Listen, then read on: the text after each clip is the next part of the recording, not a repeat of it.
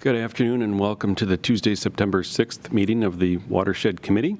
We have several residents here, staff members with us this afternoon. So first order of business, call the meeting to order. Second item, if we can remember back to our last scheduled meeting was April 5th. Then we had our June tour. Linda did send out the updated minutes for April 5th.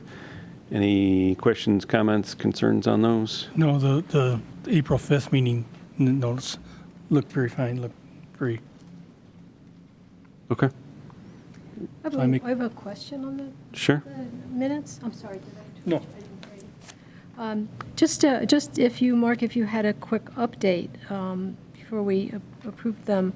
Sure. On, my glasses on here, on the example that you gave about determining actual ownership and responsibility in terms of ponds, where that was like a really sticky issue. And that's something I'm thinking it's going to likely come up at our October meeting. That's still a held item on the town board agenda.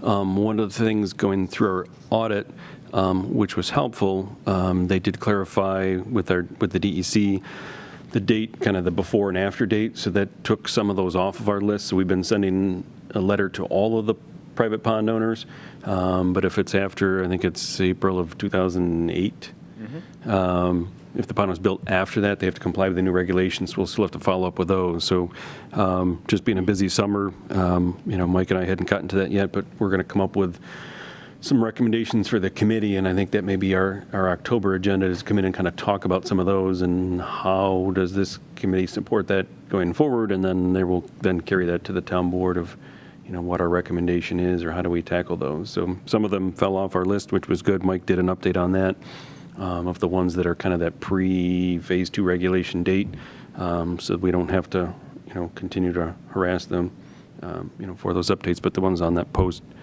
date that are in question, we'll have to follow up with this group. So still on our agenda, or still on our queue of things to work on. Thank you. Yep. Any other comments? Without that, is everybody good to approve? I make a motion to accept. I second. All in favor? Aye. Anybody opposed? Okay. So first item of discussion, our stream cleaning update. So as this committee knows, in our June tour, we did go out to the area we've been calling the Black Forest neighborhood.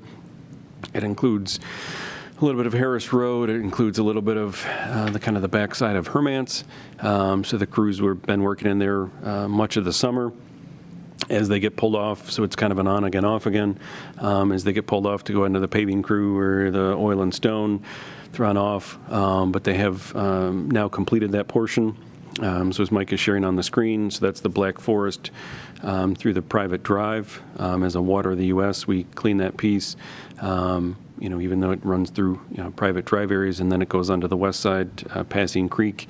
And as Mike is highlighting, we cleaned all the way down to Harris Road. So from Hermance on the east side, has been cleaned all the way up. Mike's highlighting where we cleaned from Harris Road down and then going to the other side of the road that was cleaned all the way back through Black Forest and all the way over to the Wilbert's property on the east side. So that should be hopefully a betterment to that area. We've had some drainage issues, concerns from the Hermance Drive, as we shared in the field for a number of years. Hopefully that helps their situation. I think this summer we've been dry. So the number of drainage complaints, concerns has been down as from what it normally is, but hopefully that'll be a betterment to that area. So they've completed that. And then just as of last week, they started over at the Hipbrook, the Piper's Meadow, Fiddler's Hollow neighborhood. So we had done another leg of this, the north piece, a couple of years ago. Sorry, Mike. So we had done that piece last year. So that's the northern leg, so it feeds into Hipbrook, behind or across from the Newbury Park neighborhood. We'd gotten approval to do the southern piece, so now we're circling our way back around. So off the end of Coachman and Rome, Mike showing the end of Splendor Woods. So we'll follow into that drainage through there and then off the end of Coachman and Brome. So if anybody's watching at Coachman and Brome and sees some tree clearing, we have to create an access in there. We already have a sanitary sewer in there, and then create an access in to clean that piece in to the main line of Hip Brook, and then clean their back over towards Splendor Woods. So we've had a lot of concerns, from those neighborhoods. They've been holding more water than typical. Just said that the yards don't seem to drain out as they once had, and just kind of holding water. Obviously, they're next to a wetland, so some of that is to be expected. But I think some of the discharge pipes are getting kind of full over time and just aren't draining out once the storm is over and draining through there. So we did our normal due diligence and process. Worked with a consultant to get the permits through the DEC and Army Corps, so those are in hand. It's all on Nature Conservancy property. We have worked with the Nature Conservancy and gotten their sign-off and obviously their approval to be on their land to do that. We worked well with them on the last piece, and obviously they're willing to work with us again to allow us in to do that. And then, the understanding we'll seed, proper seed mix, wetland mix on our way back out. We're not looking to drain the wetlands. We're not looking to do anything else. And I think, obviously, they were comfortable after the last project we did that, we did what we said we were going to do. And just defining that one channel to help the neighborhood discharge drains back out, but not looking to, obviously, drain the wetlands themselves and keep them intact. So that's what's up next on the list. And then we've got a couple others that have come in, and then we'll have to work with the DPW to prioritize, which other neighborhood we jump over to from there. Mark, is that the area along Baird Road where we had that problem with that landowner a few years ago? Isn't Baird Road just to the west of that? Yeah, so this is the back side of that. So right. Is that going to help what his problem was? No, I think that was just, I won't say a misunderstanding of what the wetland is. And what, wetland is that exactly. It's wetland and will remain seasonally high or not. We had cleaned the mainline channel, and we can look at that while we're out there and see if there's anything that's down and maybe blocking that. But I know we've had DPW crews walk that in the past, and probably typically it's once a leaf off situation. There's a nice gap between when the leaves come off and then we may start snow plowing, so we take advantage of having some DPW crew. Eric and his team have some guys that are looking to do something. That's a time when the leaves are off, you can get in and see things a little bit better, but we're not having crews out plowing yet. They walk a lot of our streams, so as they're into this one, we can have them walk that one and take a look at it. And especially with the ash borer and the ash trees, we've seen a lot of trees come down and just kind of creates a blockage. And if we've got an access in, it's easy enough to pluck it out, but some of these ones that are quite remote, it's hard to get a machine in sizable enough to pull out what you need to pull out. So, but yes, your reference, we did deal with a resident on the other side that had some concerns about how wet the wetland was and how much water was too much water and what was holding that up. But I haven't heard from them recently, so hopefully they're understanding what that is and how seasonable that is. I don't know if you had anything else on our stream update. That I think we've got a couple others in queue, and then I see we've gotten a couple of questions requests in recently, so we'll investigate those and then see if we loop those into our list for next year. Our next item was a recap of our June tour. So this group, the Watershed Committee, does an annual Saturday tour, take out a rec van. We went around the town. We stopped first at the Glenbrook Pond, looked at the pond, looked at the outfall structure. As we've had residents come in, share concerns of how that should be regulated, how often that should be adjusted. So just wanted to update the committee on how that functions. What that, entails. So for us, that's been a seasonal adjustment. So that's a spring and a fall. We don't typically adjust it in between storm events, just as you're trying to time storms coming, major events. We have, on occasion, when we know we're going to get a hurricane or something major, lowered it down several days ahead of time. It can lower the pond, close it back up, and then kind of regulate, some of that flow a little bit.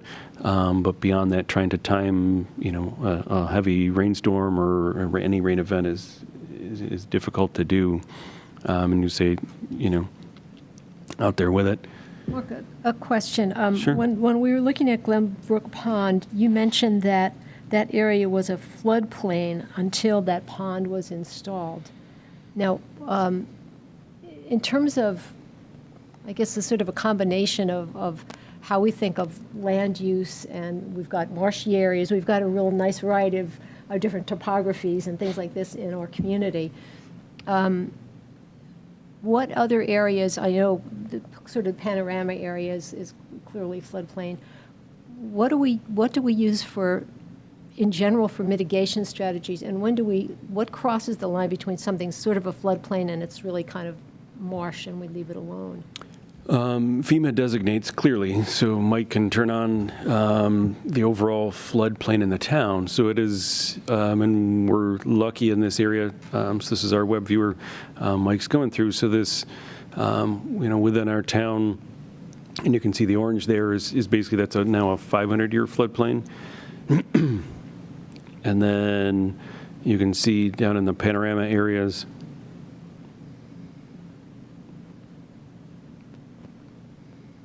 so the red is actually the floodway. The orange is the 100-year floodplain, and then I think the green is then the 500-year floodplain. So we've kind of got it in the, you can see through Ellison Park, down along Arundequoit Creek, you can see the red floodway there. And then our areas, you can see the purple crosshatch lines. That actually gives you an elevation on it.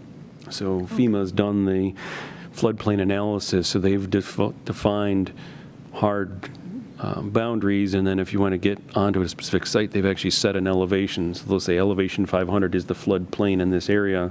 So as anybody's developing in that area, as we get closer, you can see the Panorama Plaza. There's very defined regulations when you're dealing within a floodplain. So we need to look closely at, if anybody's doing any fill in a floodplain, so fill being new additional building, physical fill, paving, that's why a lot of those areas we have to regulate, very closely. If you fill in the floodplain, you need to do compensating cuts and fills. You need to find an area outside the floodplain, above the floodplain, to bring into the area to compensate what amount you took out.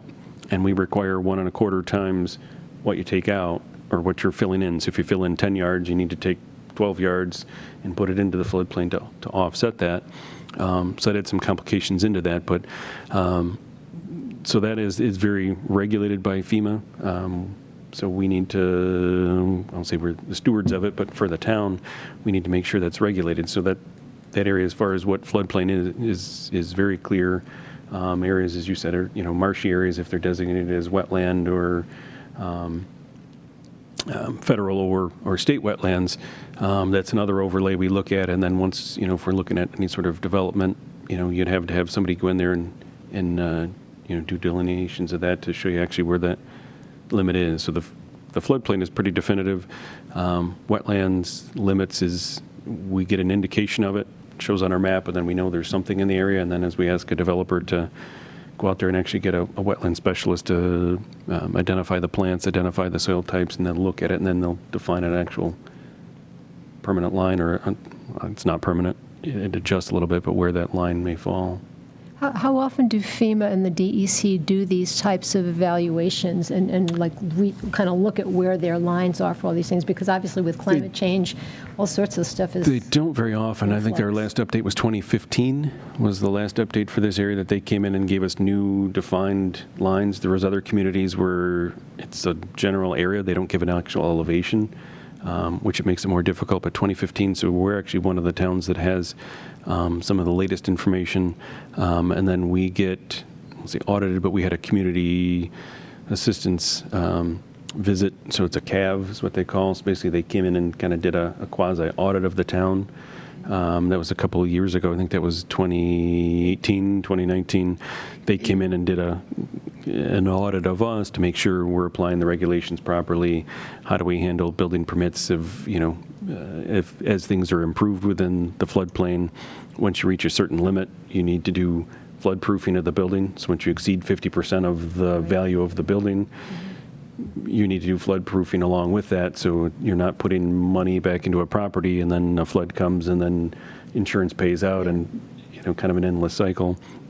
So they did the audit with us, at that point in time to make sure we're implementing those. And then, the town is also looking at, there's a CRS program that's out there that there could be some floodplain could help with flood insurance costs. So if we join the program, it's a voluntary program.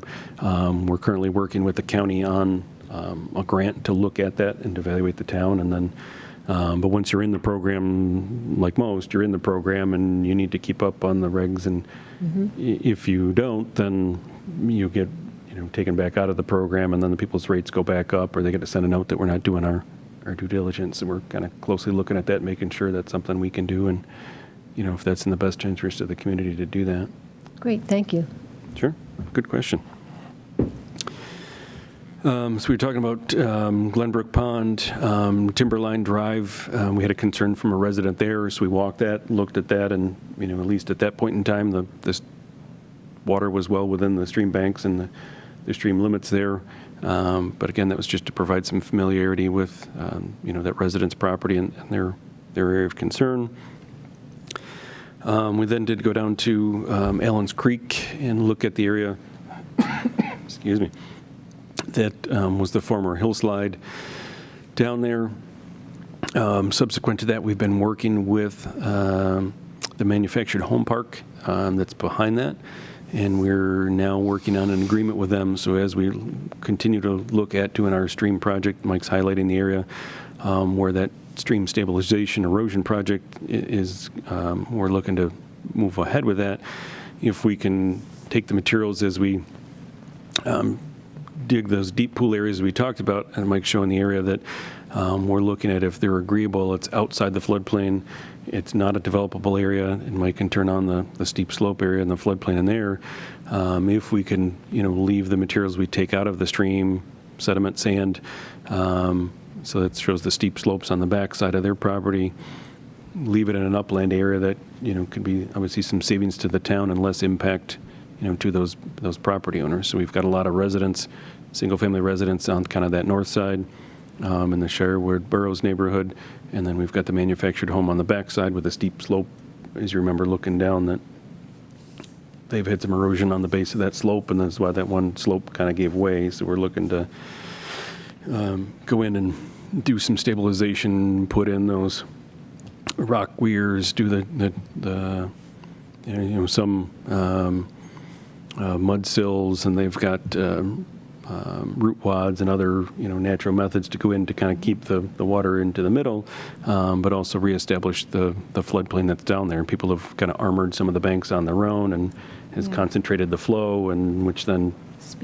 speeds it up, and that's what starts to undercutting the hills. So we've got to do a little work in there with that, but we're hopefully finalizing our agreement with that group. And if we can deposit the material that's there, that saves us trucking, that saves us a lot of stuff out of that. And then once that's done, we'll then contact the neighbors and do a neighborhood meeting with everybody involved and take care of that stuff hopefully this fall, get that out to bid, and then we're looking at that to be a summer 2023 project, because we've got a balance between trout runs, salmon runs, and the long-eared bat. We've kind of got a window between June and October is when we can get in and work in the stream and do stuff in that area. So again, we've been working with the DC and Army Corps on getting the permits for that, and they're ready to go. We've just now got to finalize details and get that. Was the manufacturer home site just sold? It was, and that's the group we're working with. Okay. So there's a new group, it used to know as Harper Park. Now it's the Green Court Partners. So we've been in conversation with the new group under the new ownership of it. They just want to have an agreement in place on what the material is. We shared with them. We had testing done of it. The DEC had concerns as well as we're digging this stuff up. Is it heavy metals? Is there any toxic things in it? There was nothing of note, so that was obviously happy. The group was happy. If we're not putting anything on their property that contains any heavy metals or any materials with that. So most of it should be sand and gravel. I think some trees and brush and stuff from the areas we're cleaning up, but hopefully they're good with it. But they seem okay so far.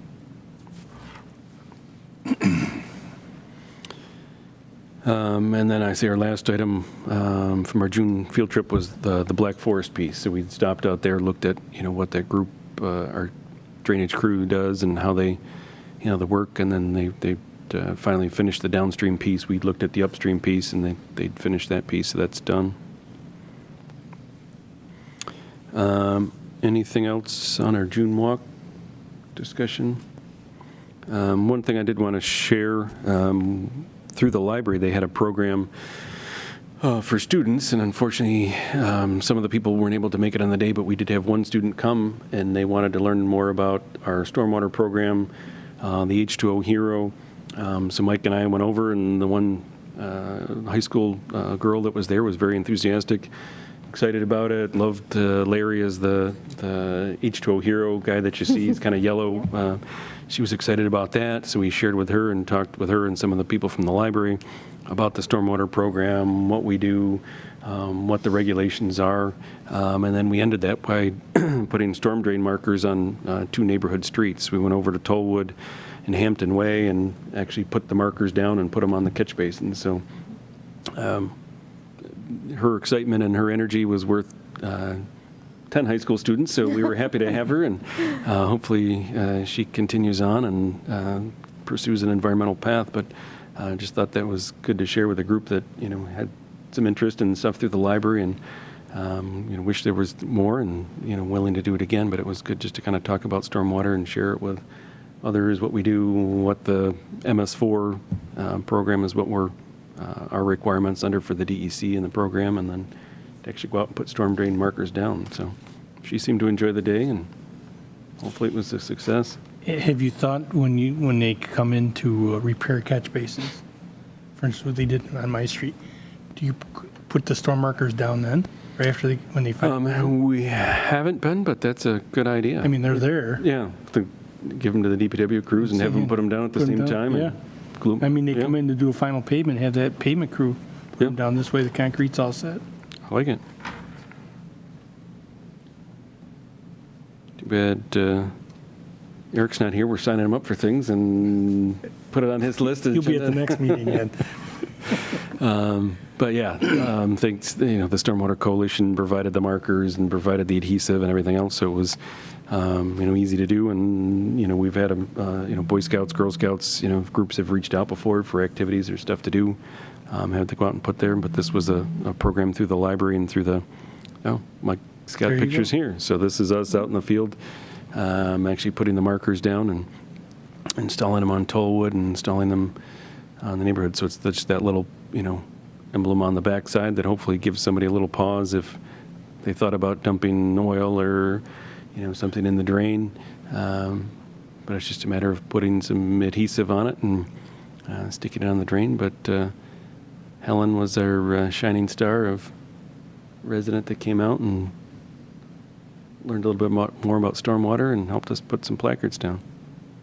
Say, Mark, in this same sort of conversation with respect to stormwater and the drains, I've noticed, at least in my own neighborhood, partly because one of my neighbors fell and gashed her head open, the cement little sort of culverts or whatever you would call them. Apron around the. They're kind of all heaved a little sort bit. of uneven, and there's big pieces that stick up and so forth. Okay. And then, of course, water collects in those, which in the summer, the kids love to just splash in it, but in the winter, they form kind of a little sheet of ice. Are there, how often are those things inspected, or do you just depend on residents saying, hey, my street's getting kind of messed up? I believe that, as part of each plow driver has their own neighborhood, so as they go and put stakes out, they should be looking at some of that stuff. We can remind them to look at that, so they plow the area, they look at, those are things that they'd catch with the plow as well, so they can look at those. And say, as we look at redoing streets and everything else, when we do a rehab of it, as Ed said in his neighborhood, as we repaved it, a lot of times we'll come and redo those and redo the aprons and the basins at that point in time. If there's one that's way out of whack, then we can have the DPW take a look at that and see if that needs to be repoured and And is that their redone. proper name, aprons, those little, If that's, Mike had the picture back up, so The basically concrete- the concrete that goes around it, yeah, it'd be Yeah, that concrete yeah. apron, so those are the Okay. gutters that lead to it. gotcha. So you've got Okay. the concrete gutter coming in on either side, and then you'd say it's a catch basin or an inlet apron Mm-hmm. that goes around it, yeah, say over time, freeze thaw, whatnot. you know, Right, they- right. They heave up or, whatever else. You can see this one has some cracks on the front edge, so, we can add it to the, DPW repair list. But I think last I knew we had about 4,100 catch basins in town. So I don't know how long that list is, but just knowing there's that many, that if there are repairs, obviously we can only get through so many a year and so many repairs, but we can add that to the list.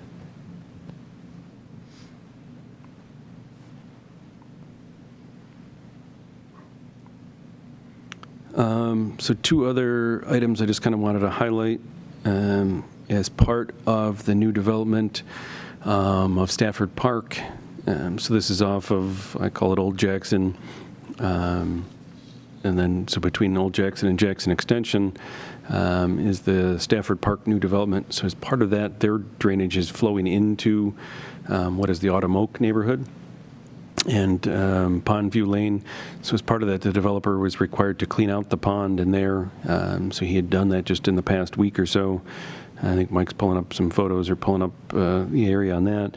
But just wanted to, highlight, that was done recently. Old photos. Maybe I didn't copy them over yet, but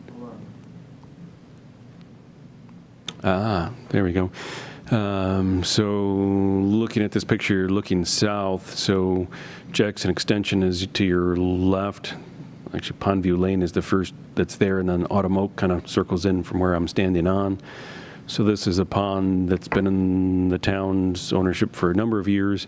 Didn't really meet the Phase 2 regulations. So you can see now we've kind of got a 4-bay in the front and then a deep pool in the back, and then creating that aquatic bench around the outside. So as part of that developer's requirements, they were adding water or contributing into that, so they created a new pond, but it's going to dump into this pond here.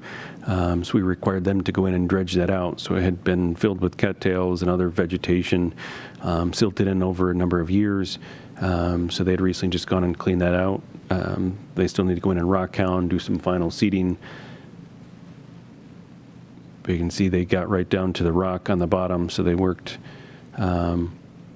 with BME was the engineer on that to, put some grade stakes on there, but that got that down to the bottom. But that was a spot that, and I don't have any pre-photos, but you would have just seen, overgrown vegetation in there, and you kind of lost the capacity in that pond.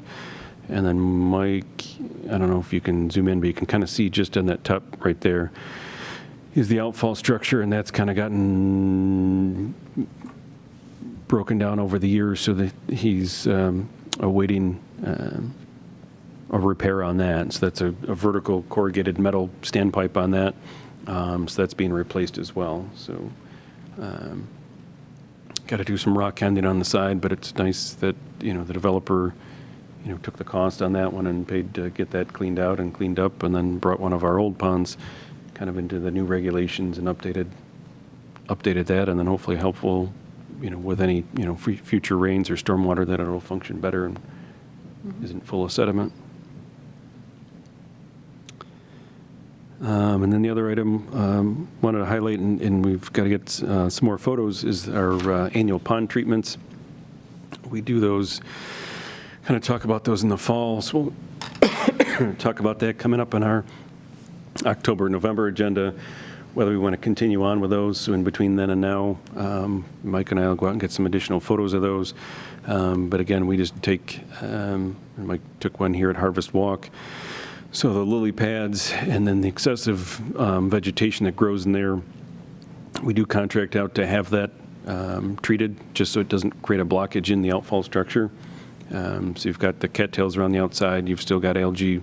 We don't treat that portion of it, but just to make sure that the lily pads don't plug that outfall hole or the vegetation that's in the bottom, we do contract out to treat that. So we've got a couple that we do treat.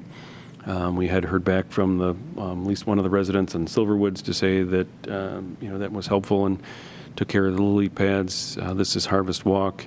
We do treat the Glenbrook Pond, and then the Tollwood Pond was just up from where we were doing the drain markers, and I've seen that one's getting very heavily vegetated in there, so hopefully the treatments will help to kind of keep some of that stuff back, but still keep the cattails around the outside and the other vegetation that they're doing their job to soak up the nutrients, but just to help keep from that overgrowth blocking that outfall structure. So we'll get some pictures of that, and then that'll be either an October or November agenda item here to talk about is whether we want to continue that into next year.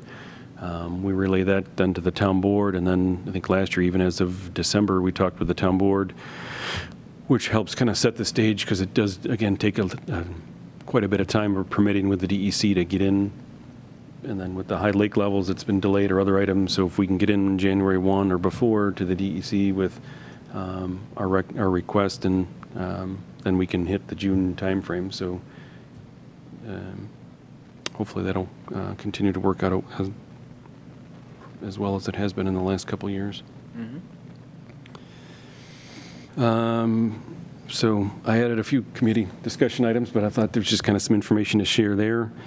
Any public participation? I don't see any public in our audience, and I don't know if we've got anybody on the phone. Don't think so. Any other communications, kind of shared stuff with the, Monroe County Stormwater Coalition of what we've been doing and working on with them. The state DEC took our comments from the last round, came out with, or is supposed to be coming out shortly with a new update to the MS4 permit. We've been saying that for a number of years, and they come out, and then we provide comments back, from the coalitions across the state. I think the last one we shared is, a lot of it is just kind of the timing. They were going to come out with a new permit and then want us within 6 months to comply with a new regulation or have an update and everything else. And not that we don't want to comply, but our budget year is already set for this year, so some of our concern was at least give us enough time that we're into our budget cycle now, so even if they come out with it, once that's set, it's hard to go back, and if we need to add a position, add anything, that's hard to do. So that was, at least from the Monroe County Stormwater Coalition, was a look at the timeframes, so at least give towns and communities an opportunity to adjust a budget or adjust, their spending or allocations on how they do things, just to make sure we can comply. So I know that's in a next round and kind of still in process with the DEC, so we don't have any update on that yet to share. I don't think we have any additional old business. Any new business the committee would like to discuss? No, it's like Yeah, I have a few things. One, let me start with the happiest, nicest thing. I just would like to remind everybody here or anyone who might be listening or watching that on September 24th, we're having a celebration of shadow pines, which I think ties to all of our conservation and watershed management and parks and recreation, sort of ties it all together in one when we think about that beautiful area. So that's at 1 o'clock, rain or shine, because we're good at rain these days. At 1 o'clock at Shadow Pines from 1 to 3, and at 1:30, Marie will be there'll be a monument in place, and she'll be kind of doing a little dedication speech over the monument itself, not of the land, but of the monument. And there'll be booths with environmental groups, recreation groups like the Rochester Birding Association. So people can not only have some fun, they can learn about some parts of Shadow Pines they may never have been to, like the trails on the back 9. They can maybe try some new sports, learn some new skills, and I believe there'll even be refreshments. So please mark the date, Saturday, September 24th, 1 o'clock at Shadow Pines. So that's one item. And that kind of ties to the handout that I gave all of you guys, to the shorter side of the handout. It's an article from the Democrat and Chronicle from June that's the heading of which is "Groups urge every family outside," in quotes, for land and water activities. And I just kind of like to throw it out there for us to think about, maybe a collaboration with the Recreation Department, with the Parks Department, for are there ways that we can do more programs like what we're going to be trying to do at Shadow Pines on the 24th, where we really highlight our community in ways that show off the many nice features that we have here. Our features with respect to our streams and although we have a little bit of waterfront, our waterfront and our streams are different topographies throughout the land, the 1,000-acre swamp, things like that. Is there a way we can kind of pull together on either an event or maybe a sort of a series event hooking in with the Trails Committee and so forth? So I'm kind of tossing that out to our committee to think, how could we contribute to such a program, whether it was a one-off or a kind of a series. And then two other kind of quick things, and Mark, these really will be directed at you to answer. The first is there any funding related to any of the newer federal programs that have passed in Congress that can favorably impact what we're about here in the Watershed Committee, or any state programs that are sort of coming our way? And that's kind of why I included this other bit of, this other copy from the 4th of April from the Democrat and Chronicle about a conservation group kind of putting money toward projects, land projects that help with water projects, basically helping the Finger Lakes through better land conservation. So are there any federal or state projects or even other grants coming our way? So that's one question. The second is somewhere down the line on the list for Shadow Pines will be bathrooms. And how will the waste from the bathrooms be handled? Will it be composting toilets? Will it be able to connect to existing sewer lines, or will new lines have to be put in? Or so those two very different questions.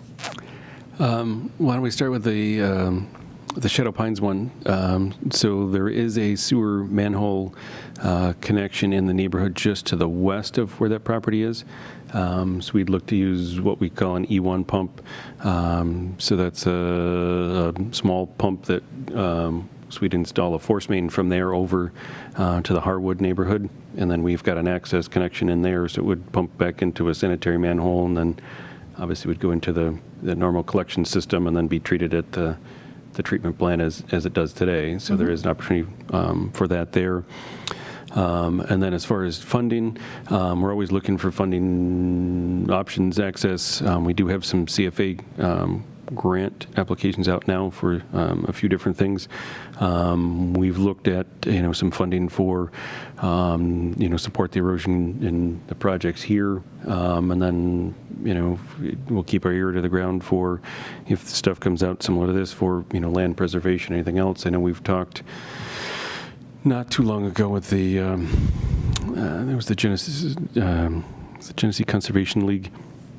That's the gun club, the Genesee Land Trust, excuse me, and they were surveying different towns, and we were one of the towns they talked to about different avenues for land preservation and what might help the best and everything else. So we have some discussions with them about it, and hopefully they're pursuing funding on their end, and if obviously we're always open to opportunities, and if new regulations or new funding sources come out, be happy to take a look at those or take advantage of those.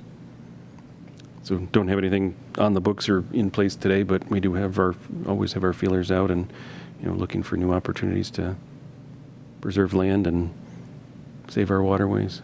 Great. All right, thanks. Sure. Anything else? Any other new business for today? Okay. So our next slated meeting is October 4th. So that'll be the same 4 p.m. time. So with that, if there's nothing further to discuss, we'll adjourn this meeting at 4:45 p.m. Thanks, everybody, for coming. Thanks for tuning in and watching.